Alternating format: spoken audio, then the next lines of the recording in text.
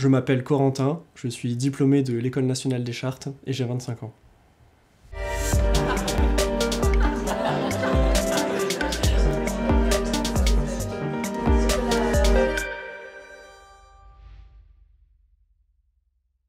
Les rendez-vous de l'histoire, pour moi, ça représente un rendez-vous incontournable du calendrier. Oui, l'année où je suis venu, ça m'a plutôt marqué, toute cette effervescence dans les rues de Blois, donc je connais pas la ville, je sais pas si elle est aussi dynamique habituellement, mais j'ai trouvé vraiment que c'était une atmosphère très conviviale, très chaleureuse.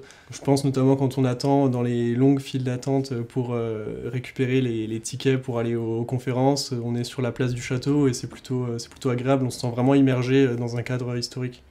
Je pense que je me souviens de tous mes professeurs d'histoire. On les sentait passionnés, avec une vraie envie de transmettre à leurs élèves. C'était pas du tout une relation à l'histoire qui était contemplative, je dirais. C'était vraiment cette envie de partager, et ça se ressentait énormément dans leurs cours. En fait, j'ai aussi envie aujourd'hui de la transmettre à mon tour. J'ai vraiment envie de m'inscrire dans leurs pas quand je vois la vocation que ça a éveillée chez moi. En fait, quand j'étais petit, l'histoire, ça me faisait peur. Quand je rentrais chez moi le soir, qu'on avait eu des cours d'histoire, je faisais des cauchemars, la guerre, les chevaliers, enfin voilà. Et je pense que justement, c'est cette peur qui s'est petit à petit transformée en passion avec le temps. Et parce qu'en fait, l'histoire a toujours eu un certain effet sur moi qui vit encore aujourd'hui, qui existe encore aujourd'hui, je pense, et, euh, et qui fait que je vis quotidiennement finalement avec l'histoire.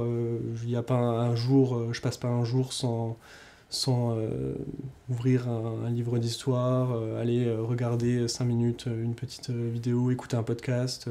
Ça tient vraiment une place importante. Je pense que je vais laisser le choix du thème des prochains rendez-vous de l'histoire à d'autres. En revanche, j'ai une suggestion pour les rendez-vous de l'histoire de 2024, étant donné que ce sera les JO en France, à Paris.